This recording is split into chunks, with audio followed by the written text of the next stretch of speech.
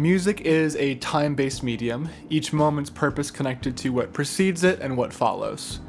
Rhythm and melody have a clear relationship to time, whether it's the groove that propels a piece forward or the melody that pulls the listener's ear in a particular direction.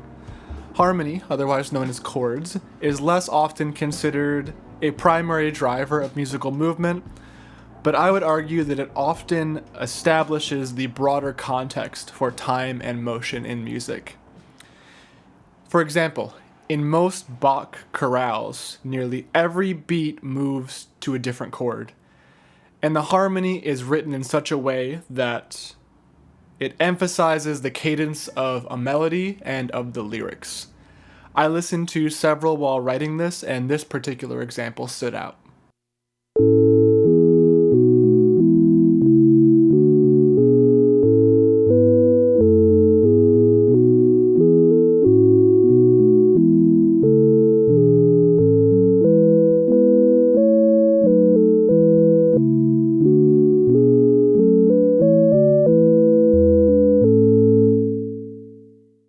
Now, this motion isn't created by arbitrarily changing chords on every beat, but rather by carefully developing tension and release, each moment progressing towards the next. While Bach was working from a different musical context and a set of very different cultural values around music, the principle remains the same. Harmony conveys musical motion through tension and release. This piece is an exploration of that concept, and it includes practical techniques for how you can use these principles to write your own chord progressions, as well as a multi-step example of the chord progression writing process. Before I get too deep into this piece, I want to take a moment to mention my Substack. Before the video essays happen here, they start as written pieces on Substack. In those pieces, I include all of the resources and reference linked inline. I include diagrams and recordings, and sometimes even full-on exercises that you can download PDFs of.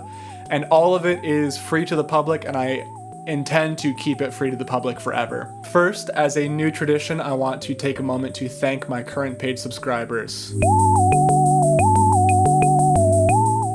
If you are at a place where you want to support the channel and the work that I'm doing, you can go to the link below and become a paid subscriber and ensure that I can both keep doing this and that all of this can remain accessible to the public. Okay, enough of all of that, let's get into writing some chord progressions.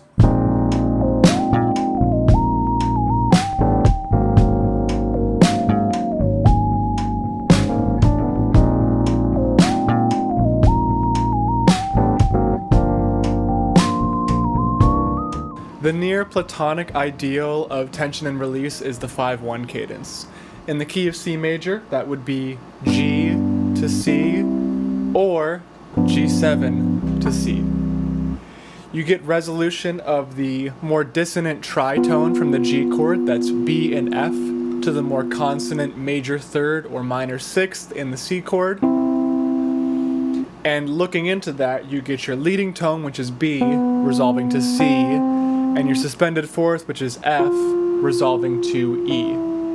And you could really build an entire melody and harmonic sequence just using those two chords.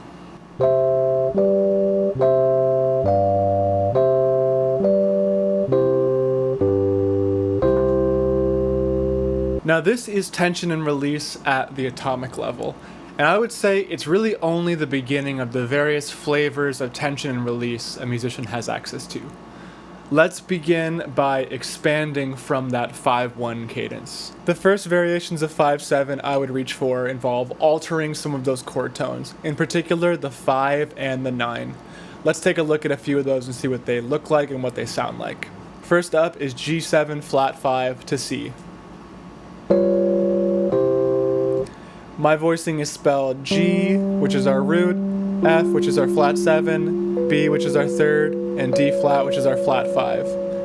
The cool thing about this voicing in particular is that the D flat and the B create an enclosure around our tonic, which is C. So both of those kind of collapse inward to our tonic, and it sounds very nice. It's a new kind of tension we can resolve. Up next is G7 sharp 5 to C. G7 is spelled G, which is our root, F, which is our flat 7, B, which is our third, and D sharp, which is our sharp 5. This one is also very cool because the B and the D sharp create a major third that can resolve by half step to our tonic and our third.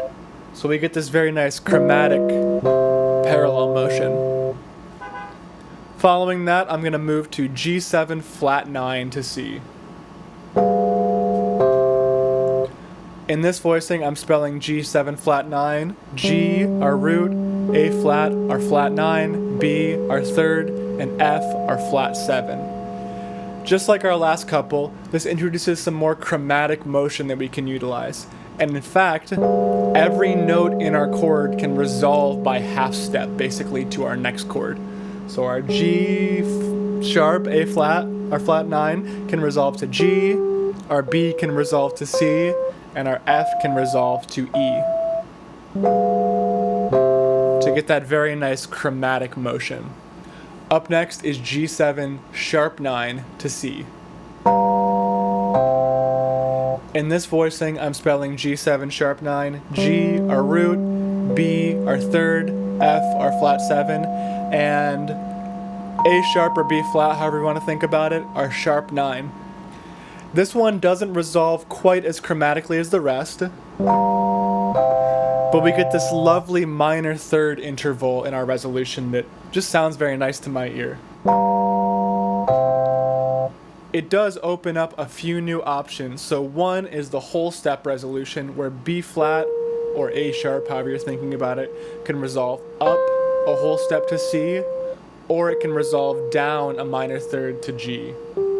Let's look at those couple of variations. So here is resolving to C. And here's resolving to G. Both different flavors, but some new options that we can add to our tension and release toolkit. The cool thing with these altered dominant voicings is that you can mix and match different tones to get different levels of tension and resolution. For example, we could do G7 with a sharp 5, a flat 9, and a sharp 9, and it resolves beautifully to our C major. That's G, B, D sharp, F, and B flat, A sharp, however you want to think about it, with a passing A flat to our C. Another common variation of the dominant chord is the dominant sus chord, G7 sus in this circumstance. I learned to voice this, shout out Charles Blenzig, by using a triad or major 7th chord a whole step below the root. So in the circumstance of G, I'm going to use an F triad or an F major 7 chord. This voicing differs subtly from G7. It uses a C instead of a B, resulting in a different kind of tension and release. But because the 4-3 resolution of F to E is still intact, and the root motion is preserved, it still very much resembles that original 5-1 cadence. What interests me about this particular variation is how the upper voices essentially move from an F chord to a C chord, or from a 4 to a 1. Now this isn't a new idea. It's actually called the plagal cadence. I talked about it last week for a bit. But it illustrates the close relationship between 5 and 4, both chords being used to create tension relative to C, though being different flavors. The cool thing is, though they're different, they're both satisfying in their own right and both great tools to have in our toolbox. I've been listening to Lizzie McAlpine's album Older and Wiser quite a bit this year, and the song I Guess in particular uses 4 to 1 very often as a way to go from tension to resolution. Let's take a listen to it.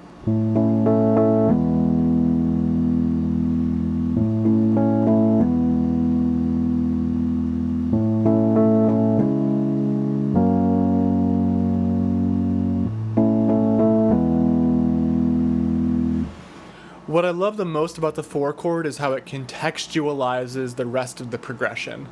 4-1 happens frequently, and when I finally hear the 2 substitutions at the end of the phrase, the C sharp minor going to the F sharp, it gives me a very clear sense of the phrase structure, and the more general song structure. So at this point, we're kind of moving beyond 5/1 and beginning to explore the many degrees of tension and release that we have access to, and that really any two chords have in relationship to each other. So now we can introduce some substitutions. In particular, I'm going to talk about parallel substitutions, where you're swapping one chord for another that shares at least two tones. I'll also be talking about some borrowed chords, closely related keys, and modal mixture, as well as some other techniques.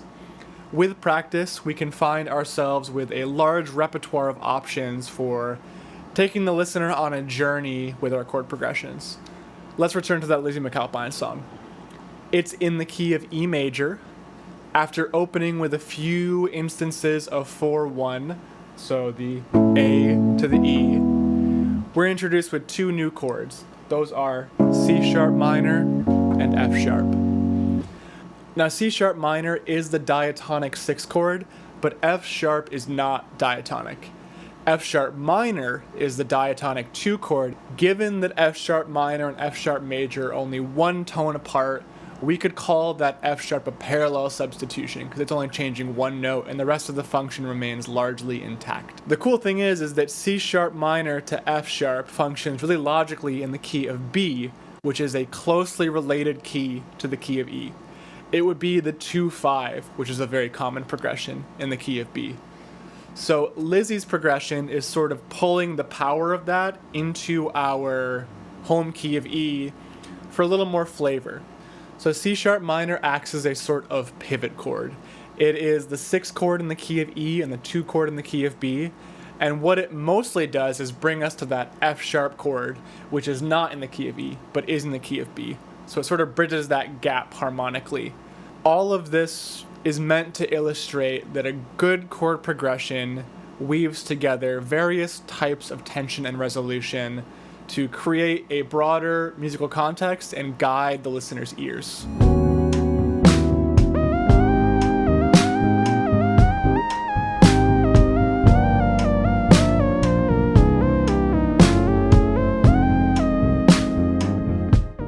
All of this talk of tension and release is quite abstract outside of the context of a specific piece of music. So what I would like to do is write a chord progression from beginning to end and stop at basically every step to explain my rationale. I want to start with something very simple to get us grounded in a really clear harmonic center. So in this example, I'm going to be starting with the following chords: G, C, E minor, and D, happening twice.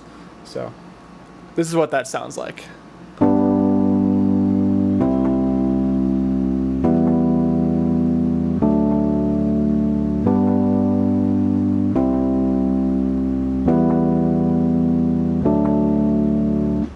So that's sort of our first version. It's very simple, it's very basic. This is the chorus to More Than a Feeling by Boston, if you're familiar with that song. And there's a lot of room for us to go into some more adventurous places, tension and resolution wise. To start, you'll notice that I wrote a 4-measure progression twice to make it an 8-measure progression. Now, I think it'd be pretty boring to just do the same thing twice, so I want to make an effort to distinguish the end from the first instance. So to do that, I'm going to mess around with this last chord. My main reason for that is because it's going to ground the entire progression, because that will make our first chord very clear. So I'm going to do an F chord. Now F is a borrowed chord from the key of G minor, which is our parallel minor. This is known as either modal mixture or a parallel substitution. It's only one note outside of the key, but it moves us in a more interesting direction. It's a new flavor of tension and release. Let's take a listen to this example. I'm going to play both times through. So the 8th chord you'll hear is our F chord.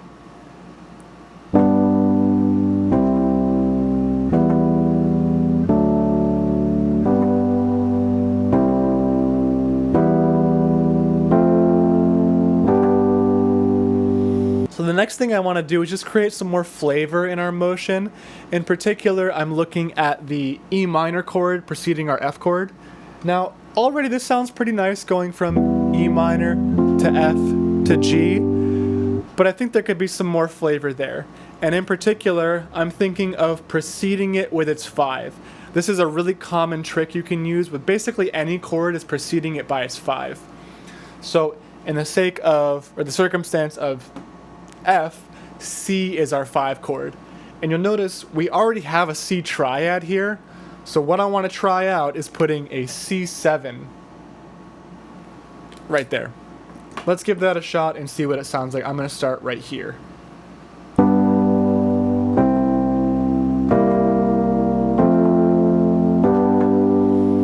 So already taking it in a bit more of a, let's say like rhythm and blues direction or something in that nature. Let's now listen to the whole thing put together and see what our ending sounds like compared to our beginning.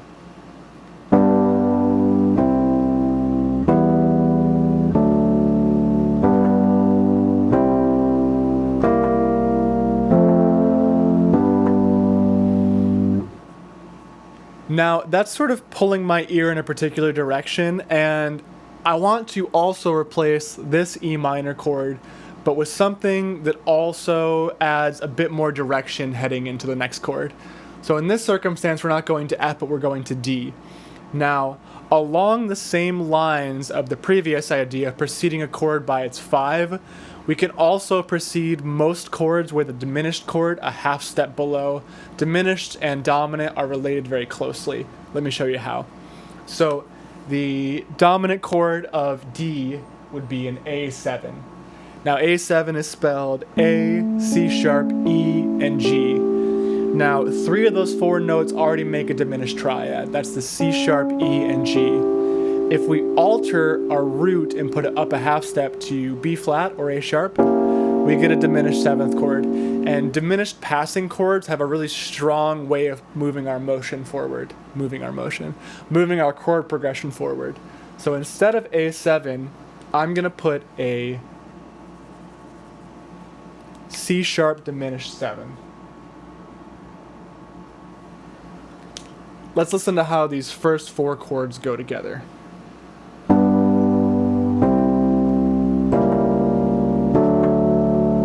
So yeah, I love that sound. I'm going to stick with it for now. Let's listen to our whole 8-bar chord progression to see where we're at.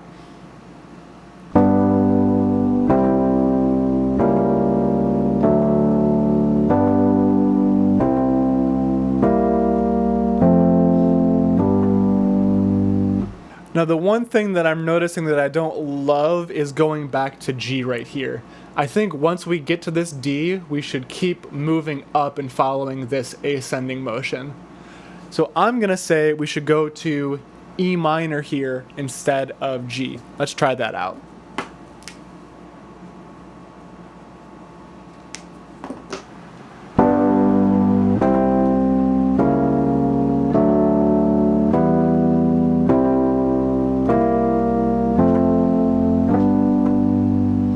I like that.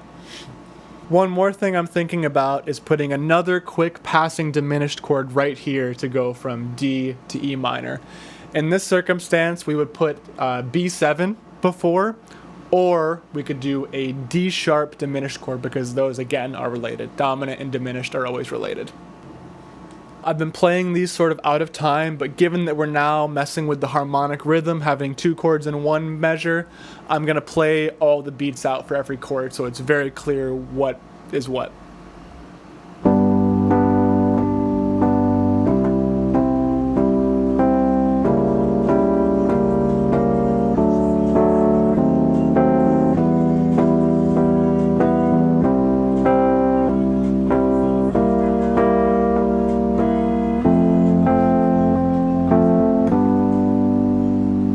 Now, sort of one last thing, I'm very happy with how this has turned out so far.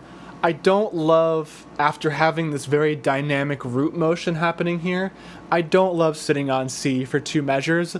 So I'm just going to change the root for our C7. I'm going to make it walk down to a B flat, which is our 7. Let's take a quick listen to that.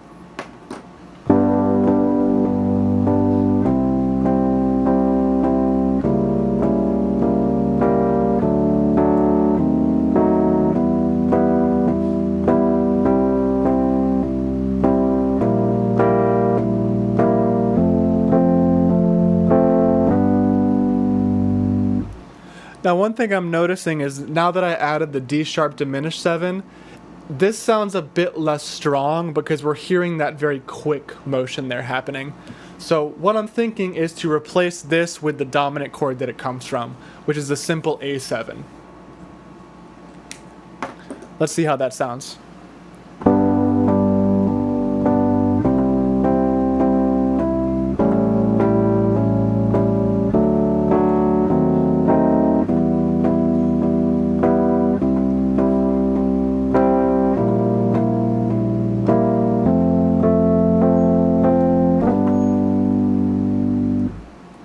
And that's something that I'm pretty satisfied with. It doesn't sound quite as square as the original chord progression. It's got a lot of nice flavor in it. This passing chord adds a bit of extra motion into the middle of it, so it has kind of this nice arc shape to it. And overall, I think it doesn't sound monotonous. If this played 3 or 4 times in a row, you'd barely notice. So it helps move along musical ideas. You could write a nice melody over this, really nice lyrics over this. It could be a verse or a chorus. There's a lot of potential once you just put a little bit of thought into it. And as you've noticed, I'm not married to anything. I'm happy to swap out a chord if it's not filling the correct function at the time. And I think that's really the philosophy you have to have with this sort of thing, is you're just looking for the best tool to move your piece of music forward using tension and resolution. But yeah, again, unscripted jerk. I know it's a bit more rambly, but I hope it makes sense. If you have any questions about your own chord progressions you're working on, leave them in the comments and I will do my best to help you in whatever way that I can.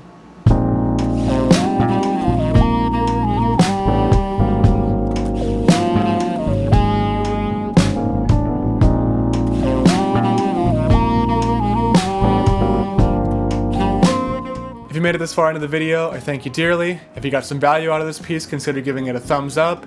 If you have any questions, leave a comment and I will do my best to get back to you. And if you want to help me stay relevant in the YouTube omnisphere, consider becoming a subscriber. Next week, I will not be posting a Substack piece or a video essay because I have a new song coming out from my new record. So you can look forward to checking out the music video here and the song on all streaming platforms. And otherwise, I will be back the following week with a new piece. Until then, take care. I will see you very soon.